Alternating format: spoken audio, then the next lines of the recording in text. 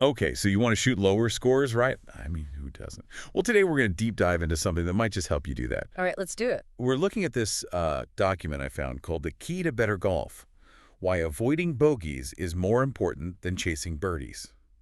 Interesting. Yeah, and at first, I saw the title and I was kind of like, you know, part of the fun of golf is going for those like crazy shots, you know, taking risks. Yeah, I get that. Got to go for it sometimes. Right. Yeah. But the more I read this thing, the more I was like, huh, there might be something to this whole like playing it safe idea. Okay, I'm intrigued. What's this document saying? So get this. They're saying that when someone goes from shooting like 95 on average down to a 79, Okay. only one of those 16 strokes they're saving is from actually making more birdies. Wow. Really? Yeah. So all the other strokes they saved is from cutting out bogeys and those like, blow up holes.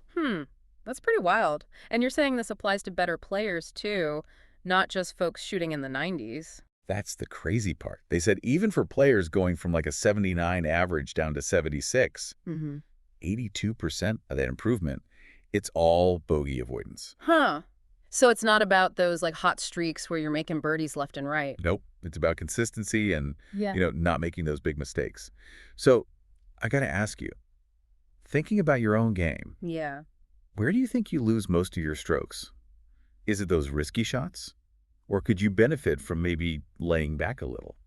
That's a great question and something all golfers should be asking themselves because, like, just think about it. If you cut out even just one double bogey per round, Oh, yeah. that's 2 strokes right there. And honestly, that's often the difference between, having a good round versus like wanting to throw your clubs in the lake. Absolutely. And the thing is, when you look at it, most bogeys happen because of the same few things. Maybe you got a little too aggressive with a shot, or you didn't really think through your course management, or you took an unnecessary risk when a safer play was right there. Ugh, I've been there so many times. We all have. I remember this one time I was playing this par 4, Okay. narrow fairway, water hazard all down the left side. I was feeling good, Had a couple birdies earlier in the round, so I get up to the tee box, and what do? You pulled out the driver. Yep, and I Oh. went for it. That drive went straight into the water. It was a disaster, Ouch. total disaster. And looking back, I'm like, if I just hit my hybrid off the tee, played it safe, Yeah. I probably could have made par. Well, that brings up perfectly the first strategy they talk about in this document, playing defensively on those tougher holes. Okay, It's not about always hitting the hero shot, right. right? You got to think about minimizing risk.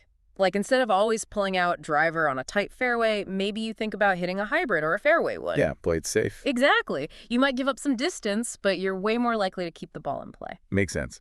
So what about when you've got a good shot at the green, though? Like, there are times you got to go for it, right? Of course. But that's where that second strategy comes in, the course management piece. You got to understand the odds, the percentages. Like, let's say you have like a 150-yard approach shot over water. Oh.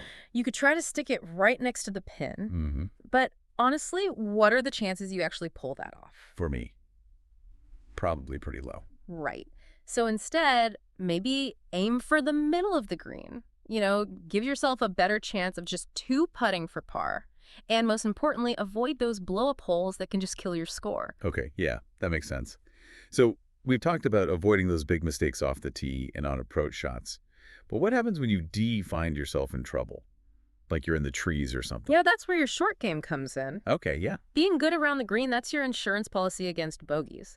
The better you are at chipping, pitching, putting from those tough spots, Mm-hmm. the more likely you are to save par or at least escape with a bogey. Yeah, you're not carding a double or worse. Exactly. I used to really struggle with this part of my game. I'd always be chipping over the green or leaving myself these impossible putts. Yeah. But once I really started focusing on my short game, spending time practicing those chips and putts, my scores dropped like crazy. Wow, that's awesome. Okay, so we've covered playing it safe off the tee, making smart choices with our approach shots, and, having a good short game to get us out of trouble. Right. What's the last piece here? Well, it's the toughest one for a lot of golfers to really get, but it's so important. It's basically accepting the safe play. What do you mean? Sometimes the smartest thing you can do is just get that ball back in play, even if it means taking your medicine and... They're taking the bogey. Exactly. It's all about damage control and keeping yourself in the game for the long haul. So it's about consistency over those flashy shots, right? Mhm. Not every shot has to be on a highlight reel. You got it. It's about playing smart, not risky. So, here's something to think about before you head out to the course next time. Think about like the hardest hole you play regularly. Okay. What's one change you could make? Just Yeah. one, but a conservative one.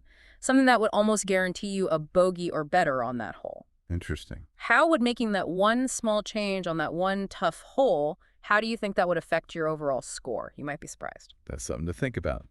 All right, folks, that's our deep dive for today. Hope you learned something, and until next time, hit 'em straight. And keep it in the fairway.